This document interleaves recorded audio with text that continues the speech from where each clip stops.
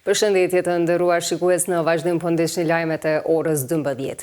Ministri i Financave Hekuran Murati paraqiti para deputetëve në Kuvendin e Kosovës projektligjin për ndarjen buxhetore për vitin 2026, duke theksuar vonesat procedurale, kufizimet e zgjatjes buxhetore dhe strukturën e përgjithshme të shpenzimeve dhe të hyrave. Ai tha se qeveria e re ka vendosur ta procedojë projektligjin në formën ekzistuese për të zhbllokuar funksionimin buxhetor, ndërsa ndryshimet do të trajtohen në një fazë të mëvonshme.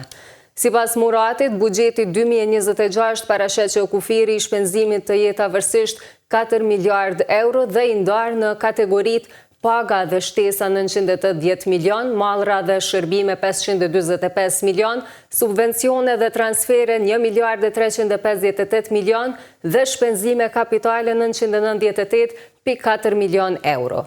Murati ka thënë se buxheti prezantuar sot nuk reflekton strukturën e re të qeverisë, që ka 4 ministri më shumë, përkashtuar se do ta rishikojnë atë brenda muajit.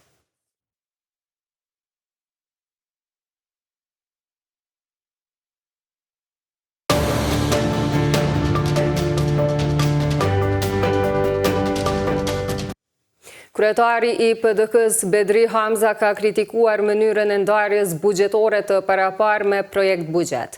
Sipas tij, buxheti nuk përmban premtimet që ka paraqitur kryeministri Albin Kurti në ekspozen e tij të paraqitur në Kuvend me rastin e rizgjedhjes së tij. Teksa ka folur për rritjen ekonomike, Hamza ka thënë se përjashtuar vitin 2021, norma e rritjes ka qenë afër 4, ndërsa për 2025, sipas tij, ajo është më e ulët se 4. Shpenzimet e rritura për subvencione dhe transfere ndikojnë në pamundësinë e xherimit të bazës prodhuese dhe eksportuese, ka thënë Hamza. Ai ka folur për rritjen e normave në dispozita, duke thënë se kjo flet për rritje të kamatave për kredit familjare dhe bizneset dhe se standardi i jetës së qytetarëve është përkeqësuar. Hamza ka thënë se nuk e kupton urgjencën e procesimit të projektligjit.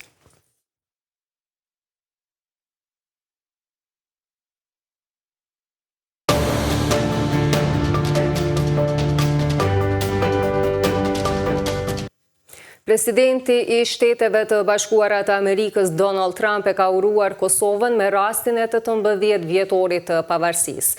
Në një letër dërguar presidentes Vjosa Osmani, Trump i ka theksuar se SHBA mbetet e palëkundur në mbështetjen e sovranitetit dhe integritetit territorial të Kosovës.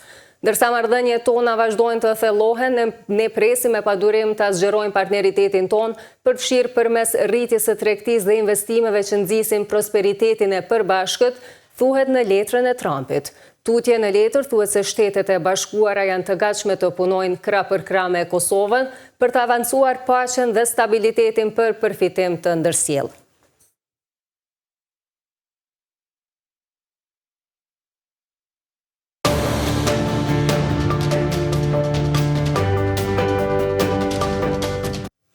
Sot në dhomat e specializuara të Kosovës në Hag vazhdon procesi gjyqësor ndaj ish-krerëve të ushtrisë çlirimtare të Kosovës Hashim Thaçi, Kadri Veseli, Recep Selimi e Jakub Krasniqi.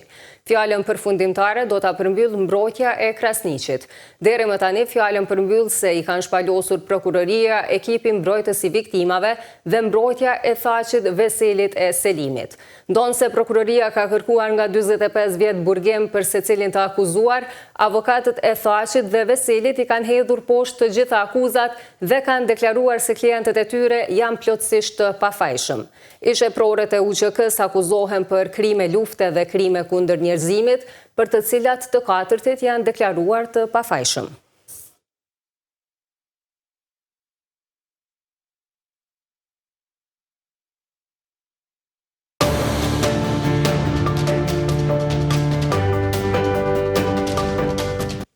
Në gjykatën themelore në Prishtinë po mbahet seanca ndaj të akuzuarve për sulmin terrorist në kanalin e Iberlepencit në nëntor të vitit 2024.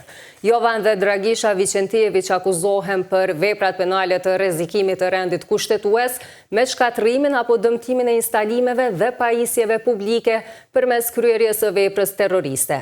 Jovan Vicentjević akuzohet edhe për spionazh, sikurse bashkë me vëllain e tij, si dhe Igor Dimović akuzohen kërkohen edhe për armbajtje pa leje. Të gjithë të akuzuarit janë deklaruar të pafajshëm. Në mbrëmjen e 29 nëntorit 2024, një mjet shpërthyes u hodh në kanalin ujor i Berlepens në Zubin Potok në veri të Kosovës, duke dëmtuar rënd infrastrukturën kritike që furnizon me ujë shumë komuna dhe mbështet termocentralin e Obiliqit.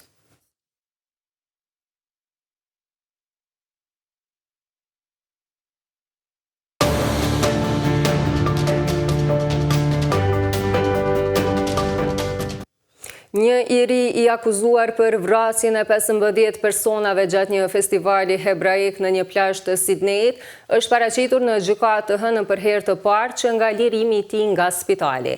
Naved Akram nuk është deklaruar fajtor për akuzat kundër tij duke përfshirë vrasjen dhe kryerjen e një akti terrorist. Avokati i tij mbrojtës u ka thënë gazetarëve jashtë gjykatës se është shumë herët për të treguar nëse ai do ta pranonte fajsin. Akrami 24 vjeçar është plagosur, ndërka që babai i tij Said Akram 50 vjeçar është vrarë në një shkëmbim zjarri me policinë pas sulmit në festën Hanuka në plazh më 14 dhjetor.